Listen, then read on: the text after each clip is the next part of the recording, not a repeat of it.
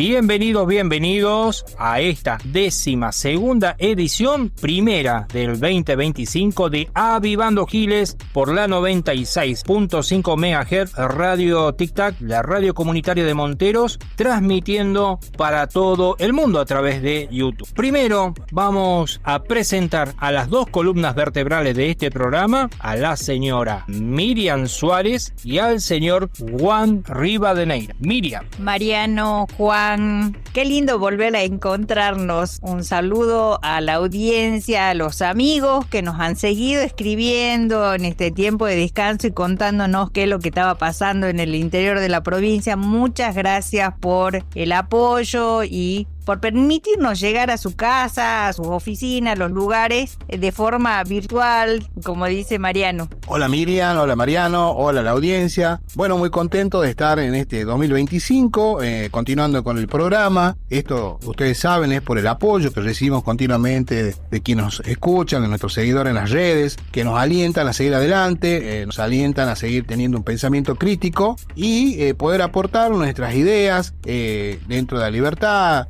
bien entendida, como debe ser, el respeto a las instituciones y bueno, informarlos, compartirles, darles nuestra opinión, escucharlos, eso, bueno, como repito, contento de que estemos de nuevo en este 2025. Así es, Juan, así es, Miriam. Bueno, ahora, como hicimos también el año pasado, vamos a dividir este programa siempre en 4 bloques dentro de este espacio de 1 hora. Y en este primer bloque vamos a estar hablando, y lo titulamos al primer bloque como las estaciones de la política. Obviamente vamos a tocar temas como el cambio de nivel internacional, repercusiones por la llegada de Trump, tregua en la Franja de Gaza, reunión urgente de la Comunidad de los Estados Latinoamericanos y Caribeños, la CELAC, discurso de odio y el tema de migraciones, nazis al poder, prácticas locales en el caso de los vendedores ambulantes en San Miguel de Tucumán y la tolerancia cero en Tucumán. Comencemos, por supuesto, le demos lugar primero a las damas. Miriam. Bueno, para que empecemos este programa con muchas expectativas, se ha generado con la llegada del presidente Trump a Estados Unidos en este mes de enero. Ha venido a sacudir un poco la estantería de la política a nivel global. Lo cierto es que Trump enfrenta el gran desafío de asumir la derrota en Ucrania, de ver de qué modo negocia con la OTAN la salida aparentemente de Estados Unidos de ese apoyo en esa zona bélica y trasladar justamente las posiciones bélicas hacia otros espacios, quizás hacia la zona de Centroamérica y Latinoamérica, y sorprende, las reacciones de la Argentina, el caso de Milei, la forma en que apareció, que ha sido prácticamente ha llamado la atención en todas las reuniones, simplemente por su presencia, por cómo se maquilló, no por lo que dijo respecto a Trump, ni por lo que representa para la Argentina Trump.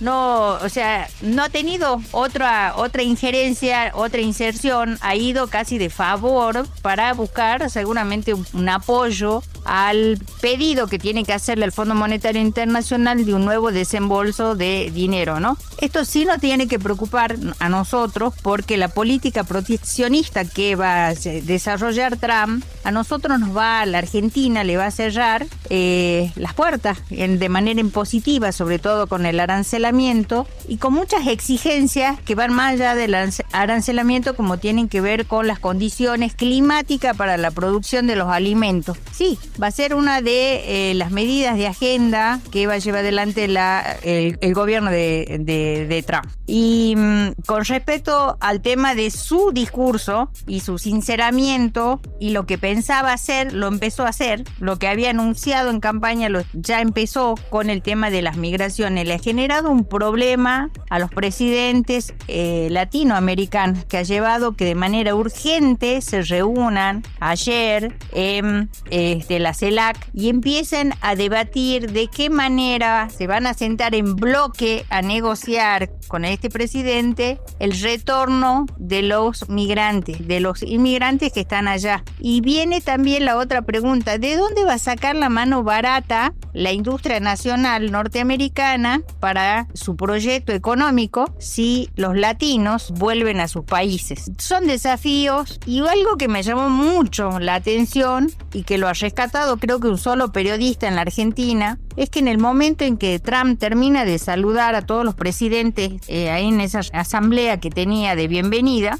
él habla de qué va a hacer con la política de intervención a través del uso de agentes especiales. Ellos que niegan permanentemente que se entrometen en la política interna, pero Trump dice y lo anuncia claramente que él va a presentar un proyecto de retorno de todos los agentes especiales dispersos por el mundo y le va a reasignar funciones. Es un tema, eso lo había denunciado Julian Assange, periodista que tuvo muchos años preso, privado de la libertad en Inglaterra por denunciar los famosos casos de Wikileaks, donde él justamente puso en evidencia el espionaje del gobierno estadounidense sobre todos los gobiernos que le interesaba entrometerse. Y Trump, en su discurso de apertura, esclarece eso, se hace cargo y dice: voy a repatriar a los agentes y le voy a reasignar funciones. Sí nos tenemos que poner a pensar dónde estamos parados y en la Argentina cómo eso está operando en este momento. Bueno, a la audiencia entonces hay que preocuparse porque nos quedaremos sin Daniel Adap y sin Leuco Padre. Son confesos agentes de la embajada norteamericana y tal vez también sin Patricia Bullrich. Reciben un sueldo de Estados Unidos, de la CIA. Bueno, quiero que nos pongamos contentos porque nosotros en el primero o segundo programa del año pasado, hace como 4 meses, acuérdense,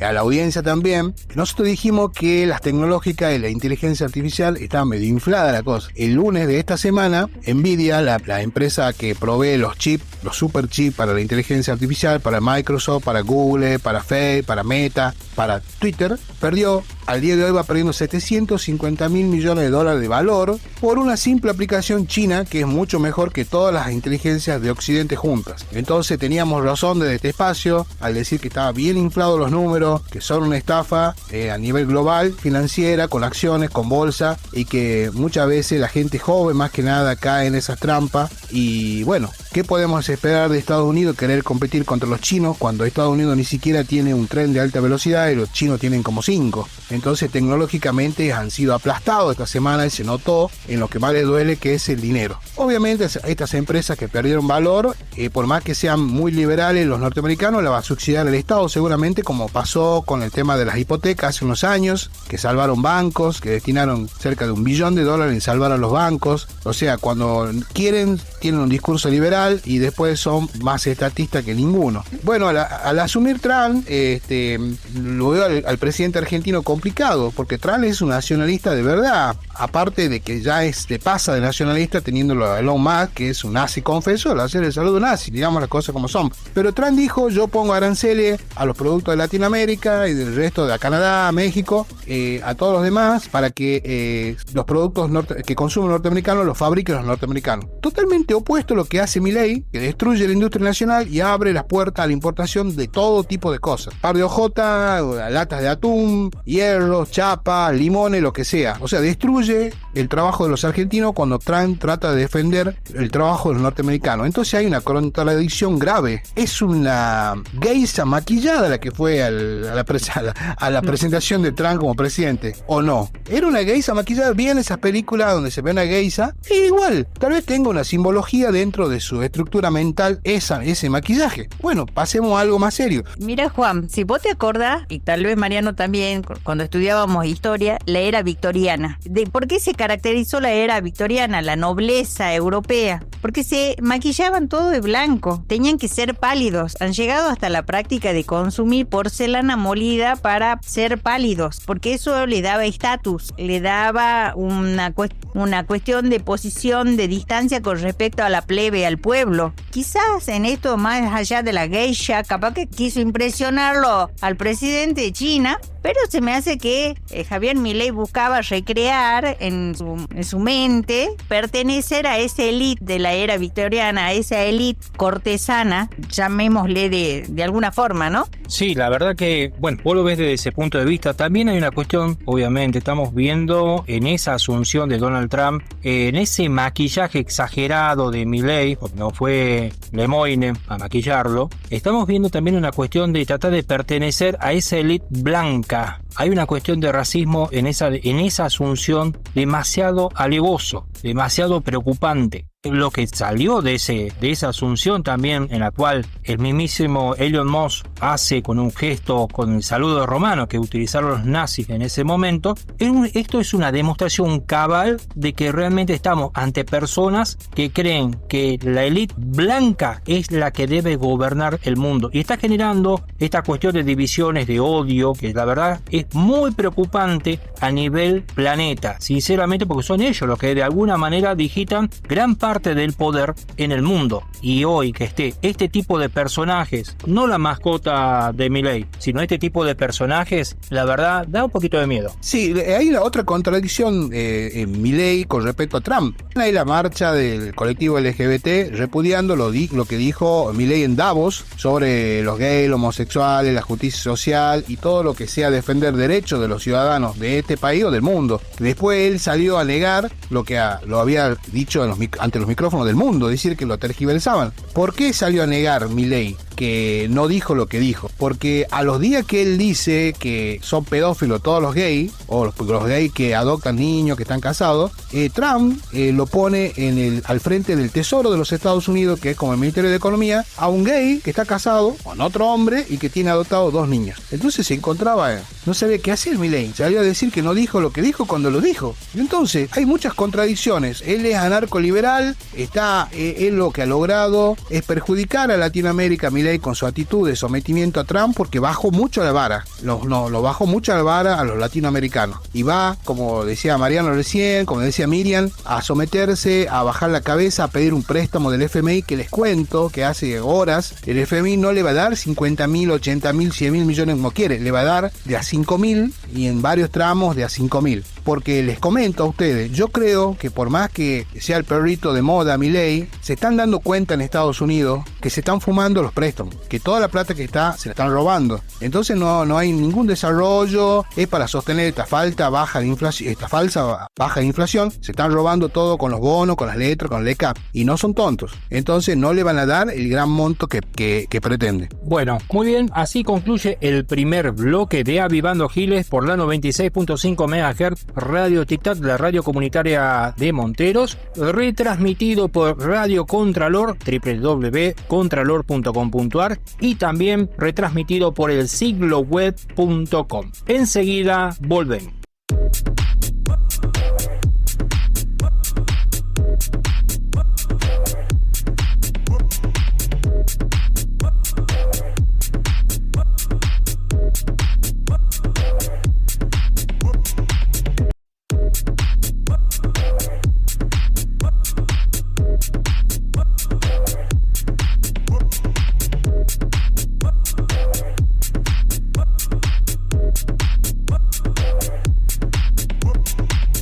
Muy bien, ahora sí, en este segundo bloque de Avivando Giles, vamos con este bloque denominado La economía que no te cuentan. Miriam. Bueno, sí, vamos a hablar de economía, pero también volvemos sobre un punto del anterior bloque que tiene que ver a partir de esta respuesta del presidente de Colombia, de Petro, a Trump, a los dichos de Milei también, a la posición de Lula, ya que vamos a hablar de la economía regional. Si están preocupados los presidentes latinoamericanos por el contexto, porque se busca consolidar con mucha fortaleza a los BRICS, la pertenencia a los BRICS para salir de la dependencia del dólar. Básicamente es eso. Y la cuestión humanitaria con la gente que ha migrado a Estados Unidos, obnubilada por el sueño americano de que todos viven bien, de que todo ese mundo de confort era para todos. Han sido atraídos por un engaño, han ido a trabajar prácticamente por centavos en la economía de Norteamérica.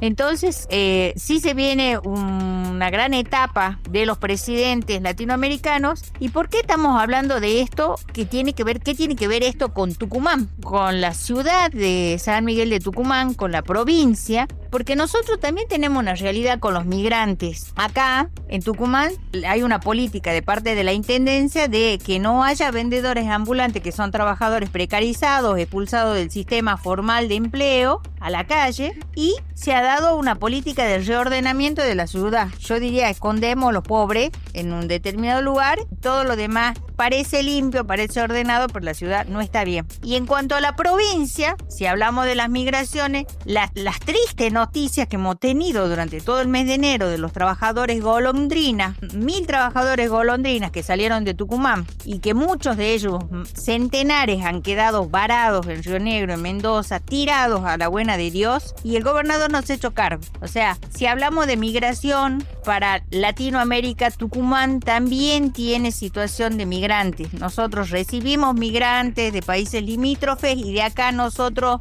también tenemos los trabajadores golondrinas que se van cuando ya que termina la zafra del limón, de la caña de azúcar, del arándano. No hay política de parte de la provincia para hacerse cargo de esta realidad. Recuerden que en la provincia tenemos más de 40.000 trabajadores golondrinas, y que migren solamente un poco más de 1.000 personas habla las claras que el otro gran número, que son 40.000, quedan sin trabajo, cruzando duros meses sin tener dinero, ingreso. Entonces, ¿cómo reactiva la economía? Y después el gobernador aplica la política de tolerancia cero hacia los sectores más vulnerables en la provincia, sin exigirle responsabilidad al sector empresario, que debería hacerse cargo y tener una política económica para no generar estos nichos de pobreza que se repiten durante décadas y décadas. Así es, Miriam. Ya, te voy a agregar algo más con lo que pasa en Tucumán, pero antes de todo, quería hacer un paréntesis y comentarte que no solo están pensando qué van a hacer los presidentes latinoamericanos. El presidente de Brasil, Lula da Silva, hace momentos dijo que si Estados Unidos le pone aranceles a los productos de Brasil, él también le pondrá aranceles a los productos que provengan de Estados Unidos o que sean de empresas de Estados Unidos. Tal vez será que le pondrá un impuesto a cada lata de Coca-Cola, no sé, a las computadoras que vende los iPhones que vienen de Estados Unidos, no sabemos. Vamos a ir a una guerra comercial, pero Lula ya dijo, yo también los voy a arancelar. Entonces, ¿quiere una guerra comercial? Creo que habrá guerra comercial. Bueno, acá en Tucumán sí, acá a los pobres se los mete bajo la alfombra. Pasa con los vendedores ambulantes. Ahora también están sacando de las calles, cosa que me parece bien, pero ya te digo lo que está bien y lo que está mal. Lo que opino es que lavaderos clandestinos, todos son lavaderos clandestinos que lavan auto en la calle. Bueno, mucha gente vive de eso. Come porque lavas 3, 4 autos por día y vive una familia. ¿Qué solución le da? La intendente tal vez diga, no, yo no le voy a dar la solución, no es mi función. Bueno, pídale al gobernador que combata la pobreza. O sea, acá el problema es que, ¿qué hacemos con los pobres? Para que Tucumán tenga menos pobres, hay que combatir la pobreza. Ahora, cuando vos me hablas de migrantes, yo te digo, hay grandes zonas de Tucumán vacías de población que migran hacia ciudades del interior más cercanas a la capital o a la capital, como el sur de las Artes, por ejemplo. ¿Por qué? Porque se inunda. Y ahí llegamos a un punto. Tucumán recibió 4.500 millones de pesos el año pasado, en noviembre, para el plan pre-lluvia. Y no se hizo ninguna obra, por eso se inundó la capital y un montón de localidades del interior. ¿Y quién es el encargado de administrar todos esos fondos? El actual ministro Darío Monteros. ¿Rinde cuenta? No. El gobernador le reclama tampoco. ¿Qué pasó con los 4.500 millones de pesos que le envió la nación para el plan pre-lluvia? Eso evitaría que muchos tucumanos migren, porque ya no se inundaría la zona donde viven. Bueno, eso tiene que ver también con la corrupción y la política. No contestaron nada. Se le preguntó a través de los medios, salieron notas, la sociedad se expresó, pero ni Darío Montero ni Jaldo dieron explicaciones qué hicieron con los 4.500 millones de pesos. Sí, se vio en comunicación de la provincia unas cuantas fotos inaugurando 2, 3 puentes, pero no gastaron esa plata. En eso no gastaron esa plata. Y como te digo, en Tucumán, pobres son los delincuentes, los pobres son a los que van debajo de la alfombra. Mejor si no lo vemos, nos hace recordar al genocida Bussi, que hacía lo mismo, pero ahora estamos en democracia y los que fueron elegidos tienen que combatir la pobreza. Pero le tiro una idea, nosotros solamente comentamos, mostramos la realidad. Desarrollen el turismo en Tucumán, por favor. Puede crear 20.000 empleos en 5 años, por favor. Sabe que hablando de plata que nadie rindió, el Plan Nacional para la Construcción de Cárceles, como ha sido una política federal, se construyeron 20 cárceles nuevas en la Argentina. Para la provincia, el monto de dinero era de 20.000 millones de pesos por etapas. Pero estamos hablando de un proyecto que arrancó hace 5 o 10 años atrás, ¿sí? La cuestión es que cuando uno mira la rendición de cuentas de la provincia, la Nación dice que ya ha mandado el 80% del dinero. Y aquí el gobernador dice que le faltan 5.000 millones de pesos. O sea, un cuarto, el 25%. Alguien miente, digamos, entre las culpas entre los funcionarios y por eso es que no tenían agua los presos. Pero ¿a quién se le ocurre hacer un traslado de los presos a un lugar que no está, completado, terminado, no está adecuado, no es idóneo, no cumple con la función o la finalidad que corresponde? Del mismo modo que la alcaidía cumple como función que la persona detenida esté no más de 72 horas detenida. Una alcaidía no es una cárcel de mujeres, no pueden estar ahí purgando sus penas o sus condenas las mujeres en Delfín Gallo, en un lugar que no es el apropiado. Así que la provincia todavía tiene muchas cosas para en deuda con el pueblo de Tucumán que tiene que corregir. Y un tema que ha preocupado muchísimo, que sigue preocupando mucho y que lo vemos desfilar a los vecinos, a los ciudadanos, es por el tema de la tarifa de la luz. No deja de incrementarse. Todos los meses tenemos un nuevo ajuste de cuadro tarifario que es inexplicable. EDET traslada la responsabilidad del gobierno de la provincia. Explican que la provincia le ha elevado el cuadro tributario a ellos. Hay que revisar entonces las leyes que ha sancionado la legislatura el año pasado a ver en cuánto ha elevado la carga tributaria a los impuestos que tiene que pagar EDET y que EDET lo traslada a su vez a los usuarios. Ha hecho entonces el gobernador una caja recaudadora a través de la factura de la luz. Y les digo más, hemos estado acompañando a los usuarios ahí en la Avellaneda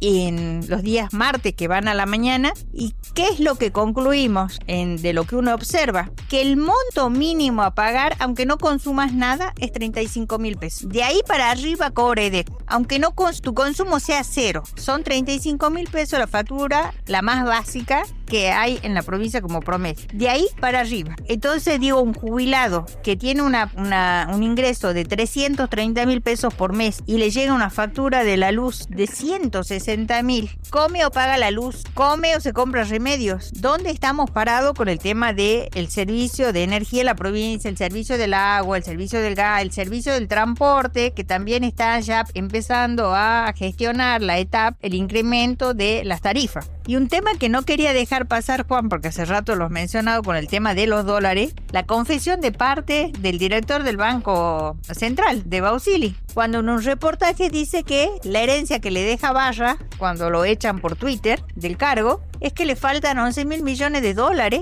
que esos han sido usados, que era dinero de los ahorristas que estaban depositados, ¿sí? Han sido usados para que la Argentina pueda cubrir los créditos, cumplir con los pagos que tenía previstos. ¿Qué le van a devolver a la gente? O sea, el corralito ya ha empezado. Los ahorristas tienen que mirar dónde están sus dólares y revisar en forma permanente los depósitos. Se van a encontrar un día con que sus dólares ya no están. Lo ha dicho el presidente del Banco Central, Bausili. Acuérdense que Bausili es uno de los funcionarios del macrismo que está siendo investigado por haber sido parte de un ilícito, una asociación ilícita para beneficiar a una de las financieras que después terminó siendo tenedores de los bonos de deuda externa, de las DEUTS.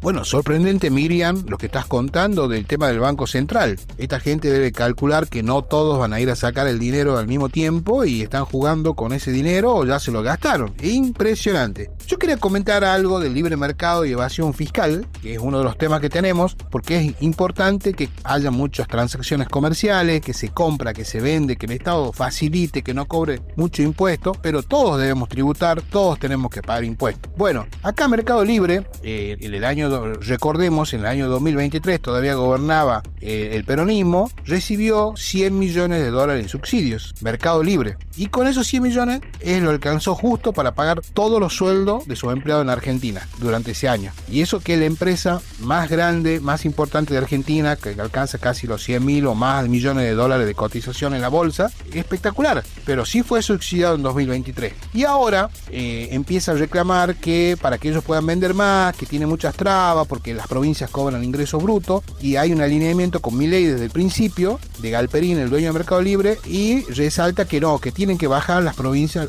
el monotributo, el ingreso bruto, perdón. Y el ministro de Economía de Santa Fe resaltó esta semana que durante el mes de diciembre, creo, Mercado Libre realizó 40.000 operaciones en Santa Fe en negro, que no tributó. O sea, hablamos mucho de economía, de libre mercado, de que soy legal y soy un evasor. ¿Cómo es esto? ¿Sabes que hace poquito se ha quemado acá en Tucumán un depósito de Mercado Libre? Que ese va a ser otra cuestión. Si están haciendo en negro digamos, las operaciones, ¿quién se hace cargo de la pérdida que han tenido los clientes si no está declarada? Es una buena pregunta, de tarea para investigar. Y con respecto al tema del RIGI, que ya en Tucumán hay algunos operadores, o sea, les habíamos contado que en los ralos se iba a reactivar el tema de los grandes silos que supieron pertenecer no, son los silos que eran de la Junta Nacional de Granos, que están en la localidad de Los Ralos. Se ha hecho la limpieza, se está activando, se está arreglando, se le adjudicó a una empresa justamente esa área para explotar con el RIGI, pero evidentemente no ha tenido mayor trascendencia. O sea, no vemos el impacto todavía de esta ley. Lo que sí hemos visto el tema del alambrado de muchos espacios en cercanía del ferrocarril, de quienes van delimitando lo que son terrenos que pueden ser sujetos para la explotación a través de esto. ¿Por qué ha sido un fracaso el RIGI? Esa es la pregunta. ¿Ha sido realmente exitoso? No. Ha sido un fracaso. No han conseguido lo que querían, no han recaudado lo que querían, y con el blanqueo de capitales el otro gran fracaso de la gestión de Milei. Bombas y platillos para esos dos anuncios políticos que a la Argentina no le han dejado nada. Muy bien, así concluye el segundo bloque de Avivando Giles por la 96.5 MHz Radio Tic Tac, retransmitido por Radio Contralor, www.contralor.com.ar, y por el sigloweb.com. Enseguida volvemos.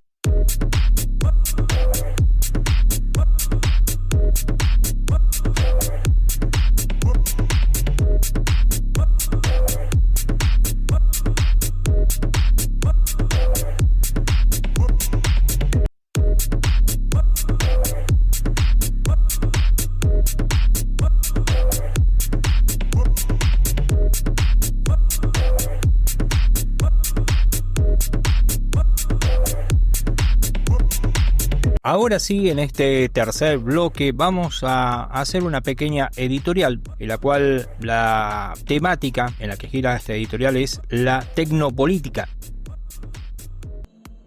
En un mundo que se digitaliza a un ritmo acelerado, los términos tecnopolítica y geopolítica digital están cobrando cada vez más relevancia. La tecnopolítica no es un concepto sencillo de definir, pero puede entenderse como la inserción entre la tecnología y la política, particularmente en cómo las tecnologías emergentes, como la inteligencia artificial, la ciberseguridad y las plataformas digitales, impactan y transforman el poder global, las decisiones políticas y las democracias. Hoy, la inteligencia artificial y las plataformas digitales son más que herramientas tecnológicas, son espacios de poder donde se juega el futuro de las sociedades, los mercados y las relaciones internacionales. Desde las políticas gubernamentales hasta las decisiones corporativas de gigantes tecnológicos, la tecnopolítica no solo modela nuestras vidas cotidianas, sino también las relaciones de poder globales. Un claro ejemplo de cómo la tecnopolítica está tomando forma se encuentra el caso de DeepSeek,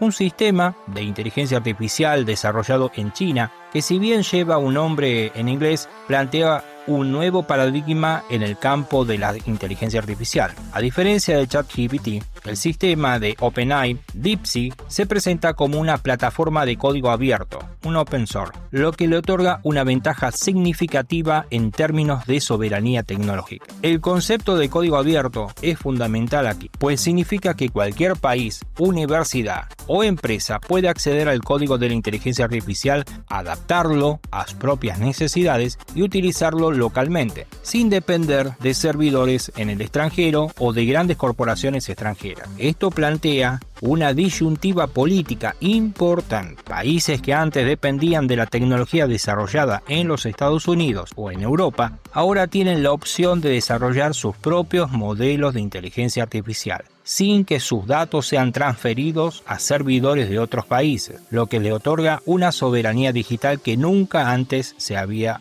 tenido. Este modelo no solo está cambiando las reglas de juego en términos económicos, sino también geopolíticos. Mientras que en el pasado el poder tecnológico estaba concentrado en grandes empresas de Silicon Valley como Google, Microsoft, OpenAI, ahora China está posicionándose como un actor relevante en el espacio de la inteligencia artificial, ofreciendo una alternativa más accesible y menos dependiente de las grandes multinacionales. De esta forma, los países pueden optar por el control local de sus datos, evitando que esta información sea utilizada por gobiernos extranjeros para entrenar modelos de inteligencia artificial o para influir en sus decisiones políticas. La IA es, sin lugar a duda, es una de las tecnologías clave de la nueva geopolítica global. Las grandes potencias, especialmente Estados Unidos y China, están en una carrera por dominar la inteligencia artificial, no solo porque esta tecnología tiene un impacto directo en la economía y en la industria, sino también porque afecta directamente la seguridad nacional, la defensa y el poder geopolítico.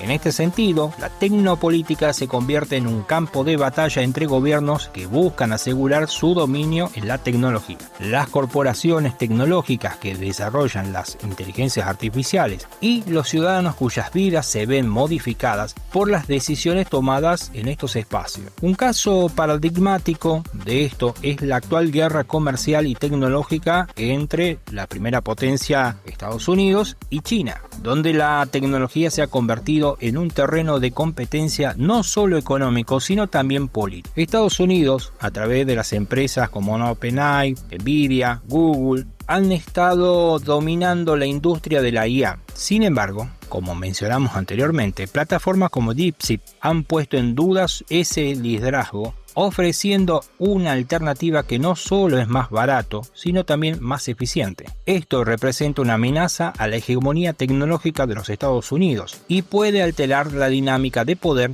en el ámbito global. Además de los cambios en el equilibrio de poder global, la tecnopolítica tiene un impacto profundo en nuestras democracias. La manera en que las plataformas tecnológicas gestionan la información afecta la libertad de expresión, privacidad y la transparencia electoral. Durante las últimas elecciones presidenciales norteamericanas, vimos cómo las redes sociales y las plataformas digitales se convirtieron en un campo de batalla ideológico. Las fake news y la manipulación de datos fueron utilizados para influir en la opinión pública, no solo a través de campañas tradicionales, sino mediante tácticas tecnológicas como los algoritmos y la desinformación automatizada. Este tipo de manipulación es uno de los aspectos más preocupantes de la tecnopolítica, pues implica que la información que circula en las redes sociales no solo proviene de ciudadanos o de medios de comunicación, sino de sistemas automatizados diseñados para influir en la opinión pública. El uso de la IA,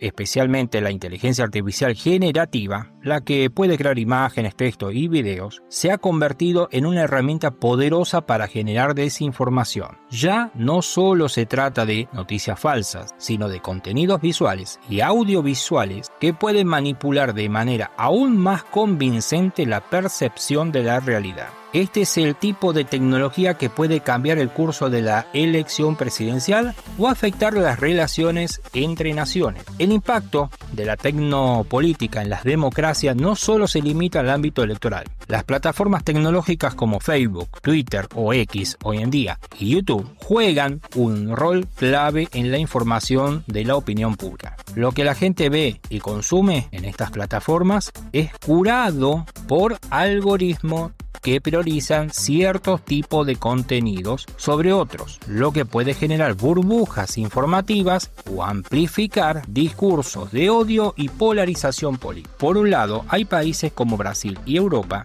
que han intentado regular las redes sociales para frenar la desinformación, mientras que en Estados Unidos las empresas tecnológicas tienen una gran influencia política y en muchos casos las decisiones tomadas por estas corporaciones impactan directamente en el sistema democrático. La pregunta más relevante de muchos países, especialmente aquellos que no tienen el poder de las grandes potencias, es ¿qué lugar ocupan en este nuevo orden tecnológico? En el caso de Argentina, el rol es complejo. Si bien nuestro país no tiene la capacidad de desarrollar tecnologías a la par de Estados Unidos o China, sí tiene el desafío de posicionarse en el campo de la soberanía digital. Como hemos visto en el caso de DeepSeek, el acceso a tecnologías de código abierto puede ser una puerta para que Argentina y otros países de Latinoamérica puedan desarrollar sus propios modelos de inteligencia artificial, sin depender de las grandes corporaciones extranjeras. Sin embargo, este camino no está exento de desafíos. La falta de inversión e investigación y desarrollo, la infraestructura tecnológica insuficiente y las barreras legales y políticas dificultan que muchos países puedan tener el mismo nivel de influencia en el ámbito digital que las potencias tecnológicas. A medida que la tecnología sigue avanzando, los desafíos y las oportunidades que presenta la tecnopolítica se vuelve más evidente. En un futuro próximo podemos esperar un aumento de la descentralización de la tecnología, donde más países, organizaciones y ciudadanos tendrán el poder de desarrollar y controlar sus propias plataformas y modelos de IA. Pero, al mismo tiempo, también es probable que las grandes potencias intensifiquen sus esfuerzos para asegurar el dominio global de la tecnología, lo que podría llevar a una nueva carrera armamentista tecnológica. En este escenario, la soberanía digital y la autonomía tecnológica se convertirán en los factores cruciales para la independencia política y económica de los países. La regulación de la inteligencia artificial, el acceso a datos y la protección de la privacidad serán temas claves en las políticas internacionales, y aquellos países que no logren posicionarse adecuadamente en el terreno podrían quedar relegados a un papel de dependencia tecnológica. La tecnopolítica no solo es un tema de tecnología, sino también de poder. Las grandes empresas tecnológicas, las políticas gubernamentales y los ciudadanos están cada vez más interrelacionados en un sistema global donde las decisiones tecnológicas afectan tanto el futuro de las democracias como el orden político mundial. A medida que las tecnologías avanzan, se crea una nueva dinámica de poder, donde los actores que dominen las tecnologías dominarán en gran medida el futuro del planeta. Y en ese futuro, la tecnopolítica será el campo de batalla donde se decidirán los destinos de naciones y de las sociedades. Sabes, Mariano, que escuchando atentamente tu editorial sobre este tema, recordaba que en el primer bloque hemos hablado de Elon Musk, pero China tiene 10 empresas, más grandes incluso que la de Elon Musk, pero bueno, acá los medios de prensa, el lobby a la vuelta de Milei hacen que nosotros veamos como que eso es lo más importante, y en realidad no, China está por adelante, pero es lo que es importante ya que hablamos de soberanía científica y tecnológica. Argentina está en ese camino de soberanía. De hecho, el desarrollo nuclear que tenemos, el haber desarrollado más capacidad de producción de energía nuclear justamente para satisfacer la demanda que va a tener toda esta tecnología en todo el mundo, se ha hecho durante casi 20 años en forma ininterrumpida hasta que llegó Milei, que ahora lo ha puesto en venta a todo el progreso científico nuclear. Y además con el tema de ARSAT, ese núcleo tecnológico científico que nos ha permitido poner satélite, es lo más importante que tenemos en materia de avanzar hacia esto que estás planteando de la tecnopolítica y la soberanía con la tecnología de la mano nuestra, ¿no? Y la visión de la tecnología al servicio de quién. Mientras en Estados Unidos el proceso de los empresarios es tener la información para someter, para acumular y el poder hacia el beneficio de ellos, desde China, con estos modelos como DeepSeek, al no tener códigos cerrados, al ser códigos abiertos, lo que hacen es justamente socializar o darle un marco de justicia social a la tecnología para que llegue a todo el mundo, que todas las personas puedan acceder, incluso los jubilados, incluso las personas con discapacidad. Va a depender de nosotros y nuestra capacidad de darnos una organización para aprender a usar esa tecnología. Bueno, le quería contar a ustedes y a la audiencia que este afán por privatizar la energía nuclear o asociar a privados está asociado con el tema de la inteligencia artificial, porque Milei ya está ofreciendo en Estados Unidos instalar edificios refrigerados usando energía eléctrica generada por la energía nuclear en grandísimas cantidades para que vengan las empresas, principalmente de Estados Unidos, a colocar sus servidores originales o de respaldo en nuestra Patagonia, consumiendo nuestros recursos. Y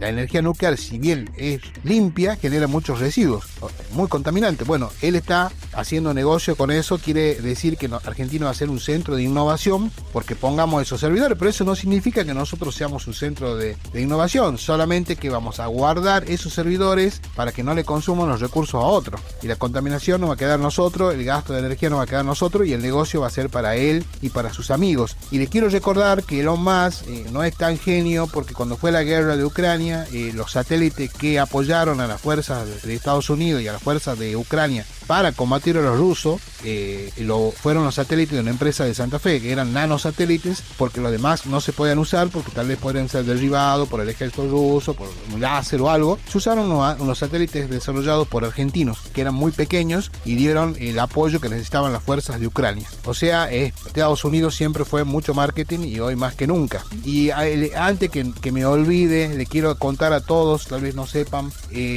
la traición que está cometiendo Milei con todos los argentinos, con todos los que amamos Malvinas, con la causa Malvinas, porque ayer transitó por nuestras aguas ya un barco con la bandera de Malvinas. Denunciado esto por un funcionario encargado de Malvinas, que está, funcionario de gobierno de la provincia de Tierra del Fuego, denunció que pasó, nadie lo detuvo, no pasó nada con quién debe patrullar, con quién debe controlar. Ya la muestran en la bandera de Malvinas, la Falcons, pasó el barco, el Sir Attenborough, un barco científico inglés. Es en extremo grave, porque ese proceso de balcanización a la que nos están llevando es muy triste. Nos hace acordar, y temprano hablábamos con Mariano, cómo nosotros veíamos la guerra de Yugoslavia entre hermanos. Lo hemos visto de chicos, nosotros de niños, y pensar que lo podemos vivir, la verdad que es en extremo triste. ¿Sí, Juan? Sí, sumándome lo que hablaba de tecnopolítica Mariano, les quería contar que es un pronóstico. Nosotros por ahí tiramos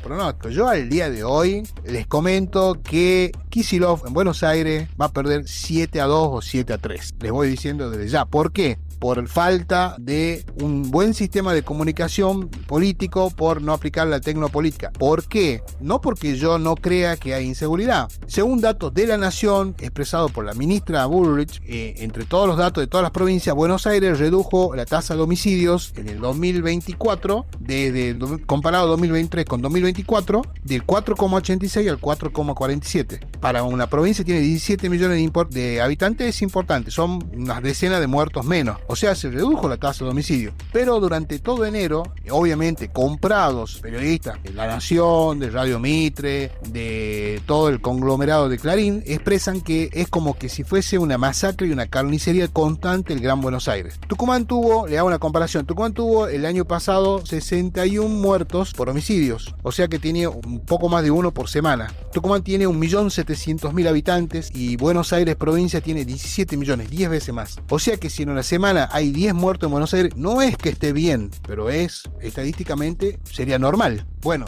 los 10 muertos lo pasan, como dice Mariano, usando toda la tecnología, todas las redes, lo reproducen continuamente, y la gente está muy con una sensación de que ya la van a matar en la calle, y incluso ha habido unos desórdenes graves hace horas en Buenos Aires por un delivery que mataron. Es terrible lo que está pasando, pero están creando, no es una sensación porque la gente murió, me quiero referir cómo están manipulando esta información para que gane Esper en Buenos Aires. Eso están haciendo. ¿Y cuál es la relación de Kicillof? Primero, que no responde, tendría que poner más presencia policial, no se ve. Tampoco el ministro sale a decir esto que estoy comentando yo, tendría que decir, no, yo denuncio a estos periodistas. Tengo los números, y no son los números de la provincia, son números de la Nación que dice que bajó la tasa de homicidio. Ustedes están exacerbando a la gente, están llevando a la gente a una psicosis, la están haciendo tener más miedo, porque esto a muerte, le vuelvo a repetir, no es que estén bien, pero estadísticamente está dentro de que va en baja, o está dentro, digamos, entre comillas, de lo normal, pero no es porque estén matando a más gente. Lo están haciendo, eso está mal, es un delito lo que están cometiendo estos medios. Veo periodistas que hablan con una seguridad y de que esto es terrible, de que nos están matando a todos y el ministro no está. Y está bien porque el ministro no sale a dar la cara, el ministro de Kicillof. Va a perder 7-3, le digo, ¿no? Porque esto ya está probado cómo ganó Milei y ahora vamos a ver cómo va a perder Kicillof. Lo estamos diciendo en este programa. Si no enfrenta esto, si no da la cara y si no tiene buen uso él de la comunicación y sale a enfrentar esto. La verdad que es muy grave esta situación. ¿Y sabes qué es más grave? Que la prensa se haga sensacionalismo de esto y no esté diciendo la cantidad de jubilados que están muriendo por el brutal ajuste, que no hable la prensa de la inminente liquidación del sistema de reparto del Fondo de Garantía de Sustentabilidad, que ya ha cruzado los $100.000 millones de acumulado de capital, pero la pretensión de venderlo solamente a $5.000 millones podría ser el precio de venta. Y el resto del dinero, ¿para qué lo va a usar el gobierno nacional? ¿Quién se va a llevar el dinero? ¿Y qué va a hacer la gente jubilada, pensionada en los próximos años cuando ya no haya dinero de dónde sacar para pagar jubilaciones, pensiones, programas sociales? Ese es la deuda de la prensa amarillista, sensacionalista, esta porteña, con respecto al resto del país. Bien, ahora vamos a una pausa, enseguida volvemos.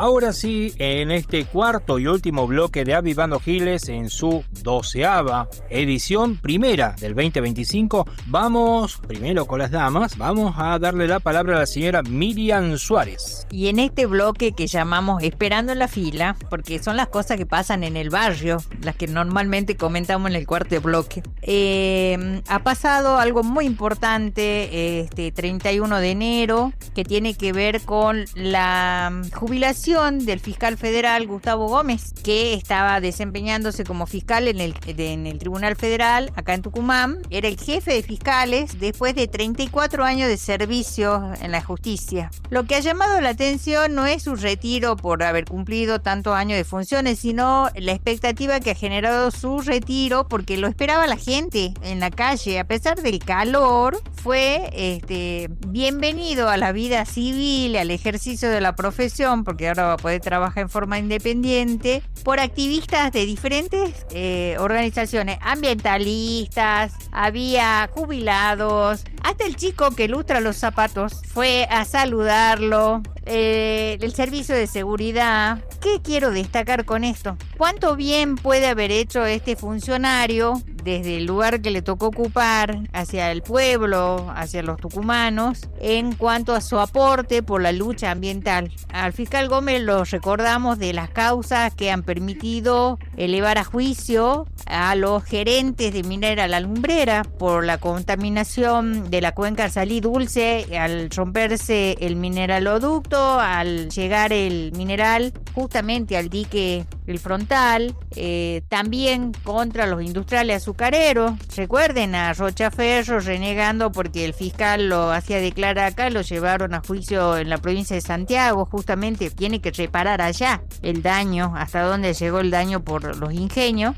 el desecho de los ingenios, y muchas otras, digamos, causas que tienen que ver con la defensa de la vida desde los recursos naturales que necesitamos para vivir, ¿no? En un medio ambiente sano. Así que, bueno, esto es que no solamente lo anecdótico, es rescatar que en el Poder Judicial, a pesar de que hay una encuesta que hoy dice que el 70% de la población de la Argentina no cree en el sistema de justicia, que está totalmente desacreditado, excepcionalmente hay personas que hacen su trabajo de modo honesto y digno y que pueden recibir este tipo de reconocimientos y agradecimientos de parte de la comunidad, de parte de los ciudadanos que han habían entendido que esa persona era leal justamente a su juramento, a respetar la Constitución y velar por su efectivo cumplimiento, ¿no? Así que los mejores deseos para el doctor Gustavo Gómez en este retiro a la actividad privada, y le esperamos que vuelva por Tucumán a visitarnos. Y con respecto a temas que tienen que ver con la justicia, los temas locales que involucran a funcionarios del gobierno, de la Casa de Gobierno, de la Administración Central, donde está el gobernador Osvaldo Jaldo, el escándalo de los terrenos, al escándalo de la corrupción de Simoca, denunciado en Tele9, ¿se acuerdan? En el mes de noviembre. Ahora se le suma el tema de los terrenos. ¿Qué es lo que está pasando en Tucumán? Nadie controla el descontrol, todos son vivos. Bueno, han estafado gente, ha hecho mucha televisión, el gobernador diciendo que va a cuidar las tierras fiscales. En realidad creo que hace mucho tiempo que se abandonaron las tierras fiscales y no hay en este momento, creo que, información pública al respecto. No hay un padrón, un mapa expuesto de acceso al público de cuáles son los terrenos efectivamente fiscales de la provincia, que todos deberíamos conocer para cuidar. Bueno, te cuento que sí hay un mapa, y los primeros que lo conocen son en las zonas estas turísticas, que son muy valiosos los terrenos, son los delegados comunales. O sea que acá tendrán que estar presos los delegados comunales. Todavía no les llega con todo el rigor de la ley al delegado comunal del Mollar, tendría que estar preso, no está preso. Y tendrían que estar preso, me hago cargo, los últimos 3 o 4 delegados del Cadillal. En el Cadillal hay empresarios que tienen puertos propios para sus lanchas con acceso al dique, y tienen 20, 30 hectáreas y tienen puertos propios. Y después vendieron cientos y cientos de lotes en forma irregular. Y eso no se puede hacer. El delegado comunal es el que representa al Estado, el que cuida bienes del Estado, pero se preocupa por su comunidad, pero debe cuidar los bienes del Estado. Y ellos son los primeros que tienen el acceso a esa información. Y muchas veces el negocio pasa por allí, porque ellos saben cuáles son. También hay la gente muchas veces tal vez no entiende que no se puede comprar e insisten en comprar. Entonces hay mafias que se dedican a eso y terminan siendo estafados. Ahí en el Mollar vendían por $20.000 los terrenos. Bueno, esto pasa porque está involucrado Catastro, la unidad de regularización dominial. Yo creo que Jaldo también quiso tapar a bastantes funcionarios, eliminándola a la oficina de regularización dominial y pasando todos los expedientes a Catastro. Porque ahí es fácil saber, yo como periodista lo investigué, los últimos 2 o 3 directores de regularización dominial presentaron muchísimas, abrieron muchísimas causas en tribunales de prescripción para quedarse con propiedades acá en el centro, en el interior, en distintas comunas o en distintos departamentos. O sea, ellos tenían acceso a tanto bienes privados como públicos. O sea, es fácil de investigar. Si quieren llegar hasta las últimas consecuencias, nos pueden hacer. Si no, vamos a terminar como las consecuencias que nunca existieron del tema de la mercadería. Vos sabés que hablando de las estafas, ¿no? Yo recordaba en estos días que se habla de muchos temas que tienen que ver con el operativo Independencia, la dictadura militar y todo. Una ley, la 20.840, que era la ley de subversión económica. Y uno de los artículos que tenía la ley tenía que ver con las estafas que se realizaran en connivencia o con colaboración de funcionarios para perjudicar a las personas, a los vecinos, para esconder mercadería, en el caso de los desagios, de la especulación para generar la inflación, el elevamiento de los precios de los bienes de consumo necesarios. Todo eso estaba contemplado en esta norma que ha sido derogada, por supuesto, por Duhalde en el 2002, para que nadie vaya preso, porque si no la gente afectada en ese momento por el corralito hubiera podido reclamar. Alguien tendría que haber pagado y nadie ha estado preso. Pero vuelvo sobre el tema de los terrenos, ¿no? El déficit habitacional en Tucumán. Mientras vos me decís que hay gente que ha podido pagar hasta $20.000 un terreno en Tucumán, en el radio de San Miguel de Tucumán, el Gran San Miguel de Tucumán, las viviendas que entrega el Instituto de la Vivienda, que siempre terminan colocadas en manos de empleados del instituto, hijos de funcionarios de alto nivel, caso de un defensor del pueblo, por ejemplo, que tiene casa en barrio pero que vive en otro lado. Y parece que la justicia de Tucumán no abre ningún expediente, ninguna investigación, pero duermen los expedientes antes en el Tribunal de Cuentas. ¿Por qué te toco este tema tema, porque el año pasado nosotros habíamos hecho todas las semanas, hacíamos una revisión de cuáles eran los dictámenes del Tribunal de Cuentas sobre la administración de los delegados comunales. Y veíamos que había administraciones con deuda desde hacía 6 o 7 años y muchos de ellos no podían explicar o justificar el gasto o el desembolso de esos dineros, dónde han ido a parar. Y si a esos dineros que faltan le sumamos que encima han hecho negocios de tipo inmobiliario por la parte privada, todavía más grave el hecho de corrupción y más grave todavía que el gobernador esté cubriendo justamente a estos funcionarios que ya deberían estar dando cuenta ante la justicia de qué es lo que han hecho y por qué han perjudicado a la administración pública de esta forma. Porque es un delito pasible de condena, artículo 210 del Código Penal, por lo menos. Quiero volver sobre un tema que también tiene que ver con la justicia y con el tema de los jubilados, a dónde nos ha llevado la gestión de Milei, ¿no? A tener que reclamar ante el sistema judicial las prestaciones de los jubilados. Ha sido muy triste ver a los jubilados quedarse sin las prestaciones en los centros privados, llámele Luz Médica, Sanatorio del Sur y demás sanatorios del Gran San Miguel de Tucumán, y tener que llegar a recurrir con amparo para poder socorrerlos y darles una respuesta, y que ningún representante electo, legislador, concejal, diputado haya salido a acompañarlos. Excepcionalmente se han recibido el apoyo y la disposición de, por ejemplo, un diputado mandato cumplido como ha sido el doctor Miguel Nacul, el único que llegó hasta la plaza, que llegó hasta el PAMI con los jubilados y se presentó poniendo a disposición su capacidad para poder hacer estas presentaciones. Y el resto, a nadie le importan los jubilados, a nadie le importan las personas que están enfermas con tratamientos. El negocio del sistema de salud en Tucumán es poner vacuna. La preocupación del ministro de Salud, Medina Ruiz, es poner vacuna. La preocupación del secretario de Derechos Humanos es seguir sacándose fotos en el interior de la provincia, abriendo sedes, una escuela en Capitán Cáceres, en Montero, para formar gendarmes. Han inscrito 80 chicos para formar gendarmes, pero van a trabajar 150 gendarmes dando clases para 80 personas. Poniendo el dinero el ministro de Gobierno y Justicia, acompañado del intendente Francisco Serge. Digo, a nadie le importa a la gente que se esté muriendo. Come muy bien la legislatura el gasto billonario que va a tener, porque nadie puede asistir a los jubilados que están todos los miércoles en la plaza. Ahora les van a quitar el boleto. Va a ser el otro negocio que se maquilla con una maquinita. Les van a quitar el boletito de papel. Los van a dejar sin posibilidad de traslado. A la buena de Dios. Nos tenemos que repensar como sociedad en la responsabilidad que tenemos cada uno. Nosotros desde nuestro espacio nos hacemos eco, acompañamos, gestionamos lo que podemos gestionar, pero llamamos a la reflexión a los legisladores. 49 legisladores, tenemos más de 300 concejales en la provincia,